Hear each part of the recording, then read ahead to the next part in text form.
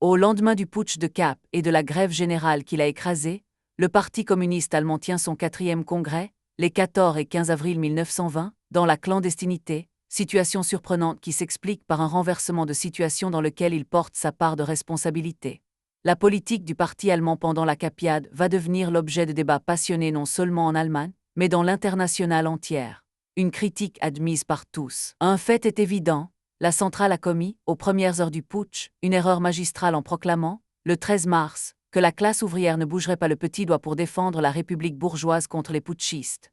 Même Belaïn Kunf, dont le gauchisme impénitent n'incline pas au distinguo subtil, relève dans son analyse des événements de mars un antagonisme entre ce qu'il appelle la contre-révolution démocratique et la contre-révolution antidémocratique, et explique ainsi que la première ait pu, pour abattre la seconde, recourir à des armes révolutionnaires comme la grève générale et l'appel à l'initiative du prolétariat.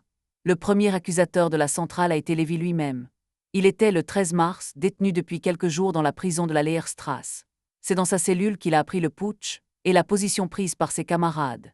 C'est de sa cellule qu'il a aussitôt adressé à la centrale une lettre dans laquelle il n'hésite pas à affirmer que la proclamation du 13 mars constitue un crime. Un coup de poignard dans le Endosfl de la plus grande action du prolétariat allemand.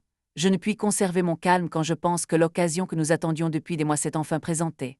La droite a fait une bêtise colossale et, au lieu de profiter de la situation pour assurer à notre parti, comme en 1918, un rôle dirigeant cette dérision puérile, je ne vois pas comment le parti pourra se remettre d'un tel coup.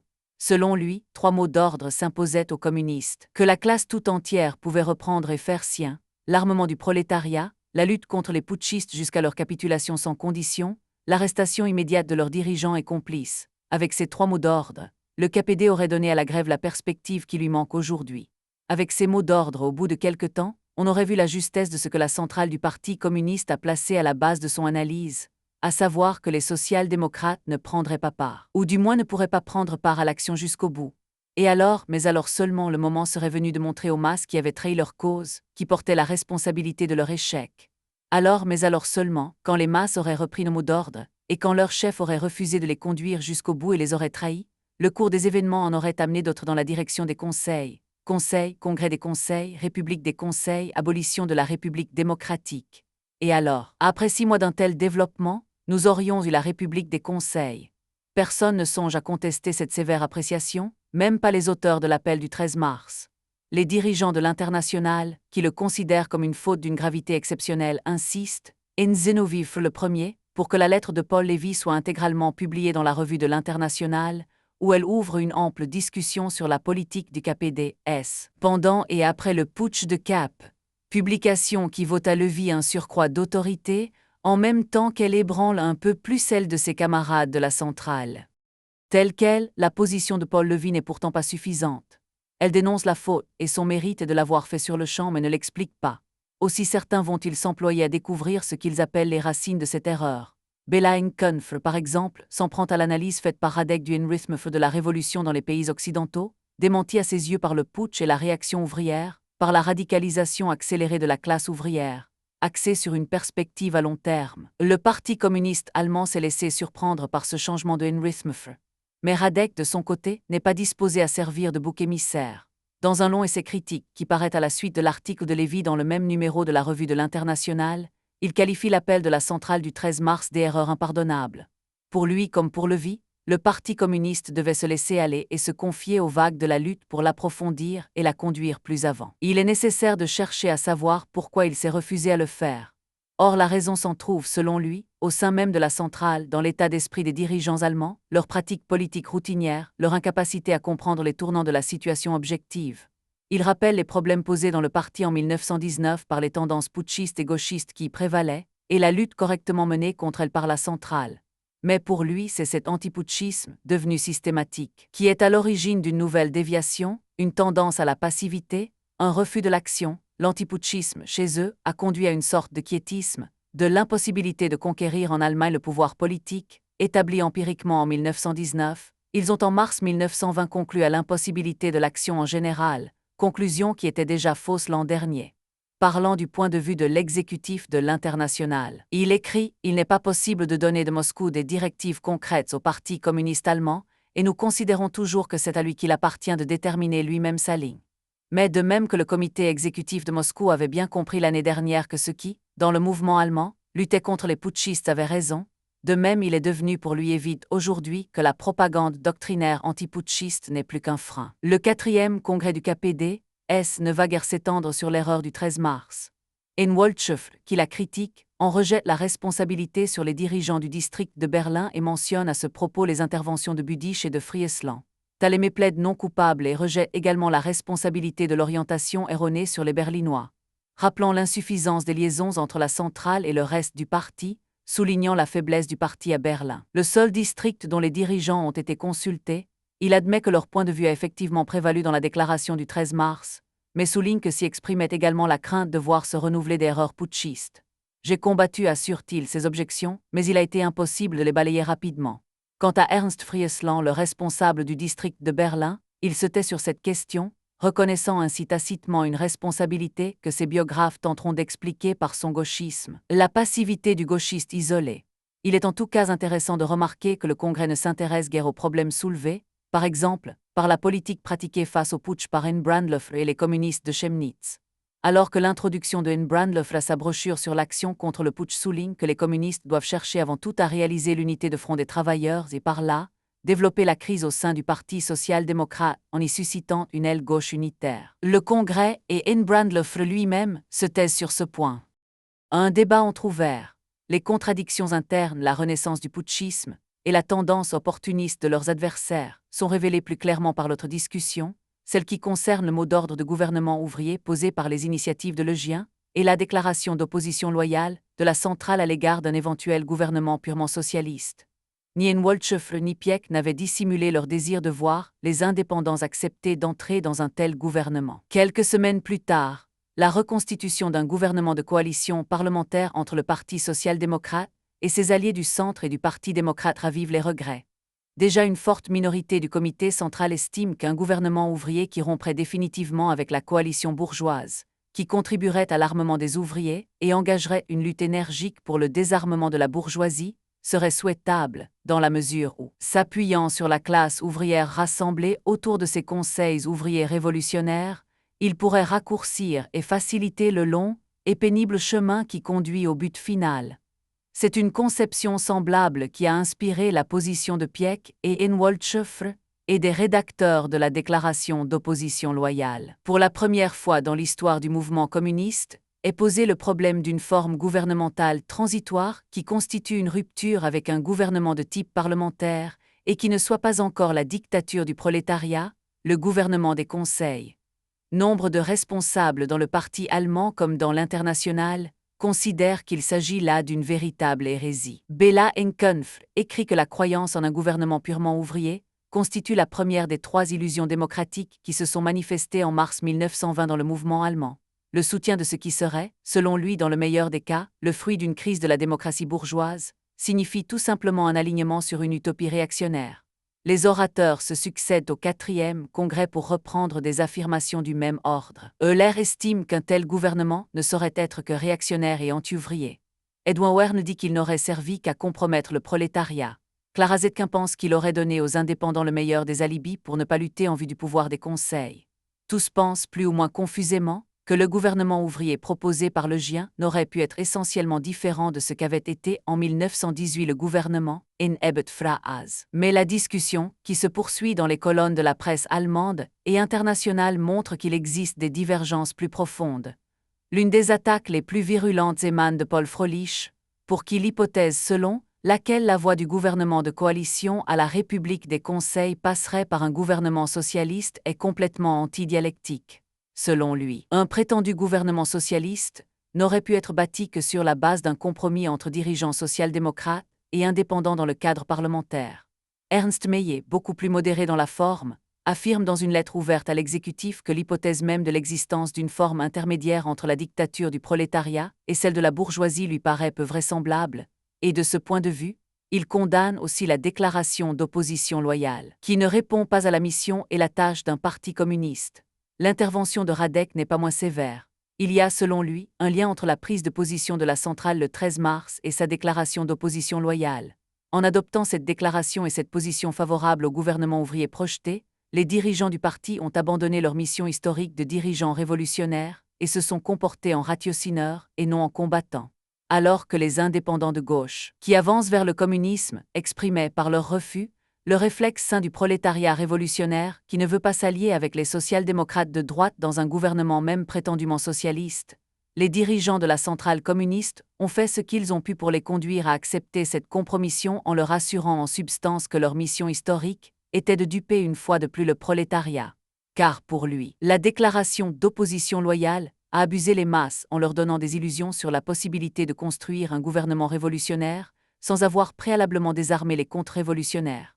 Elle a été interprétée comme une déclaration de renonciation à la violence révolutionnaire dans un moment, précisément, il fallait appeler la classe ouvrière à se battre et à recevoir l'épée à la main, un gouvernement en réalité essentiellement dirigé contre elle.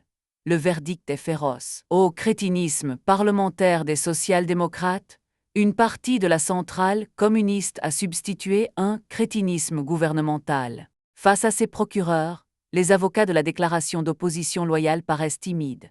Piech, par exemple, se défend énergiquement d'avoir en quoi que ce soit compromis le parti, affirme que son seul but était de démasquer les indépendants, dont le refus se situait en réalité sur le terrain de la démocratie bourgeoise et laissait le champ libre à Crispien et à Hébert.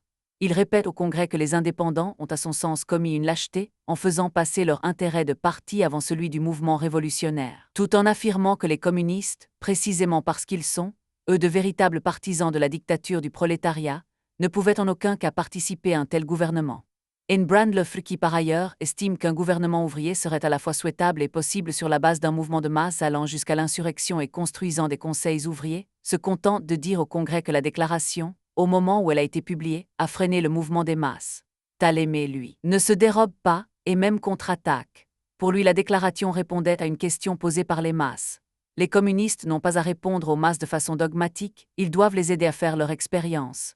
Or, pour elles, les indépendants sont encore une feuille blanche, et l'expérience du gouvernement ouvrier les eût aidés à se défaire de leurs illusions. Répondant à Froelich, il l'accuse d'être victime d'une rechute de maladie infantile, de négliger les leçons de 1919, des événements de janvier à Berlin et de la Révolution bavaroise et de perdre de vue que l'unique problème posé pour le moment aux communistes est celui de la construction de leur propre parti, ce parti révolutionnaire nécessaire pour la victoire finale.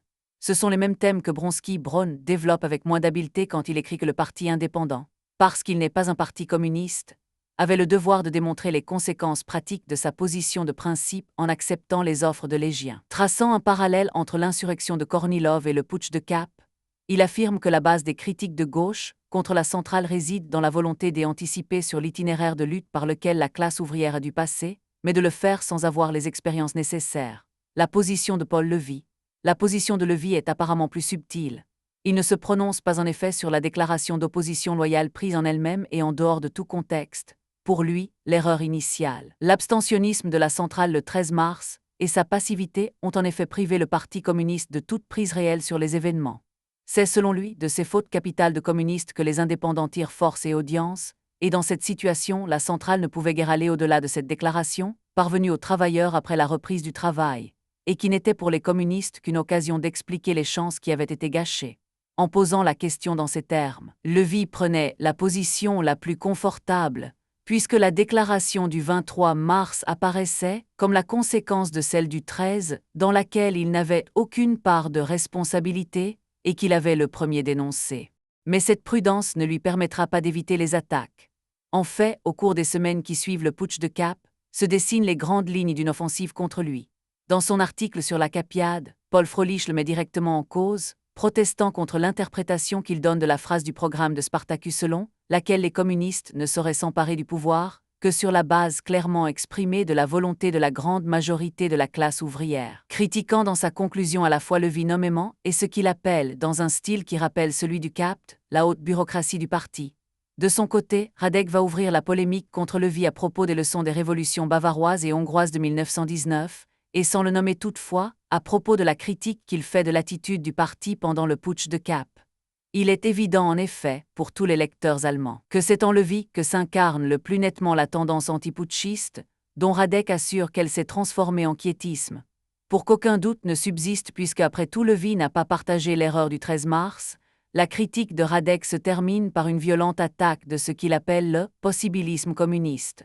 contredisant implicitement les perspectives tracées par Lévy dans sa lettre à la centrale. Radek souligne que l'une des formes de ce possibilisme communiste, qui n'est que le revers de la médaille du putschisme, consiste à tracer des perspectives en prévoyant dans le cours de la révolution des étapes entre la démocratie bourgeoise et la dictature prolétarienne qu'il juge peu vraisemblable, démarche qu'il considère comme un opportunisme qui n'ose pas dire son nom.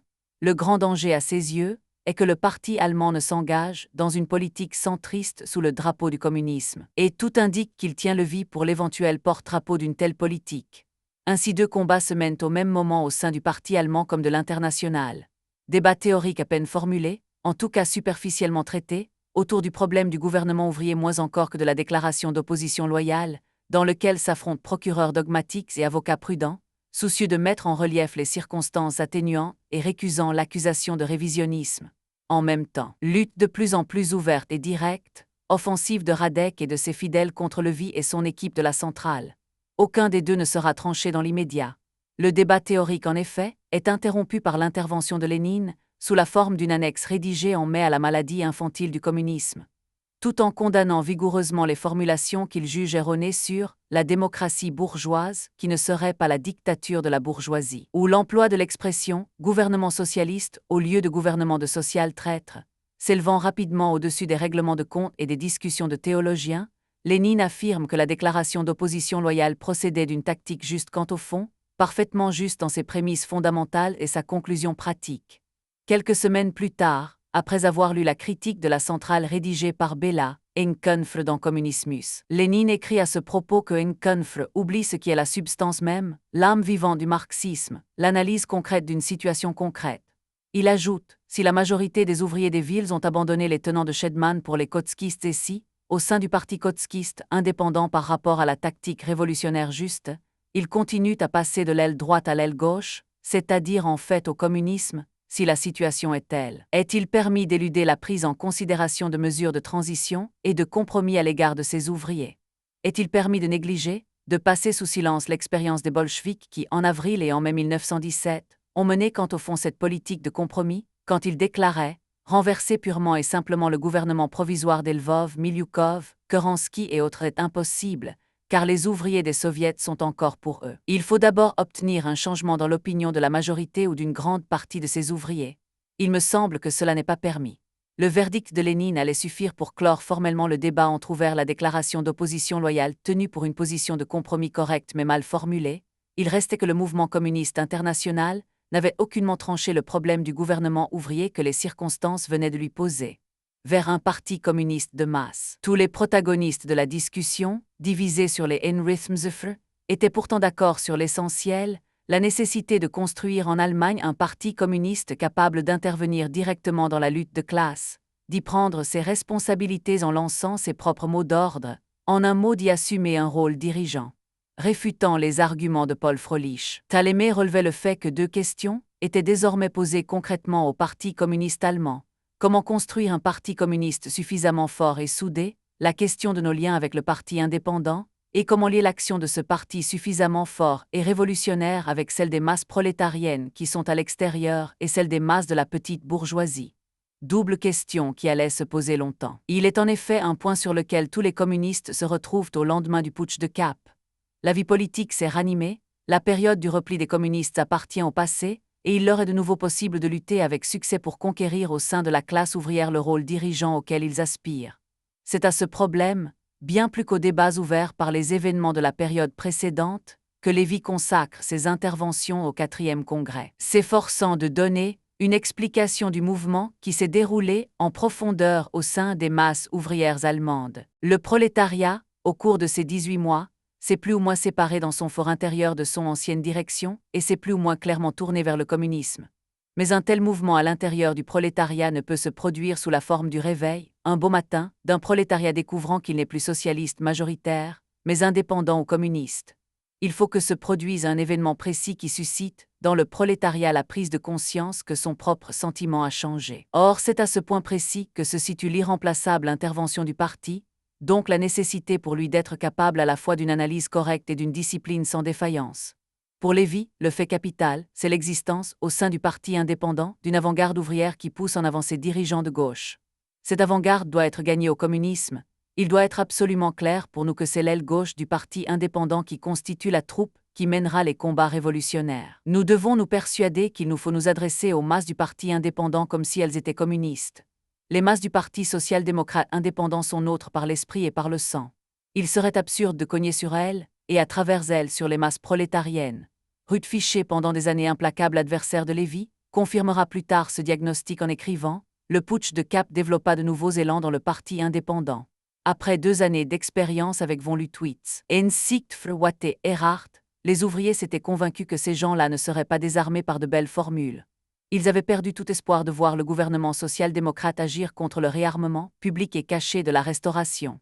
Le sentiment dominant chez eux, en ce printemps de 1920, était « Nous avons besoin d'une organisation qui puisse lutter contre les corps francs supérieurement organisés et leurs alliés de l'armée. » Cette organisation, l'Internationale communiste, ou plutôt le parti bolchevique, leur en proposait le modèle. Il fallait pourtant du côté des communistes briser, au cours de l'effort pour cette conquête, bien des préjugés et des habitudes acquises au cours des années de lutte contre le centrisme, surmonter bien des réticences, oublier bien des formules toutes faites. Lévy au 4e congrès semble en tout cas le seul dirigeant allemand à formuler clairement l'objectif, la conquête des ouvriers qui forment la base du parti, le moteur de l'aile gauche indépendante. Ernst Mayet ne nie pas que la gauche soit susceptible de progresser vers le communisme, mais affirme qu'elle n'y parviendra qu'à une condition, si les communistes sont capables de cogner dur sur elle. Euler qui est de Hambourg, ou Salman Frey, l'un des chefs de file d'une gauche très prolétarienne, et Brandloff lui-même affirme que pendant les événements de mars, ils n'ont pas aperçu de gauche dans le parti indépendant, et Friesland que cette prétendue gauche manque de volonté révolutionnaire. La majorité des interventions révèlent chez les vieux spartakistes une attitude de mépris un peu aristocratique, en même temps qu'un sectarisme, non exempt de naïveté, à l'égard des masses du parti indépendant. Il semble que la réciproque soit vraie, les ouvriers indépendants n'ont guère de considération pour les communistes allemands, leur crêle, leur valse d'hésitation, leur organisation minuscule, le dogmatisme qui leur a fait prêcher la passivité face aux putschistes de Berlin.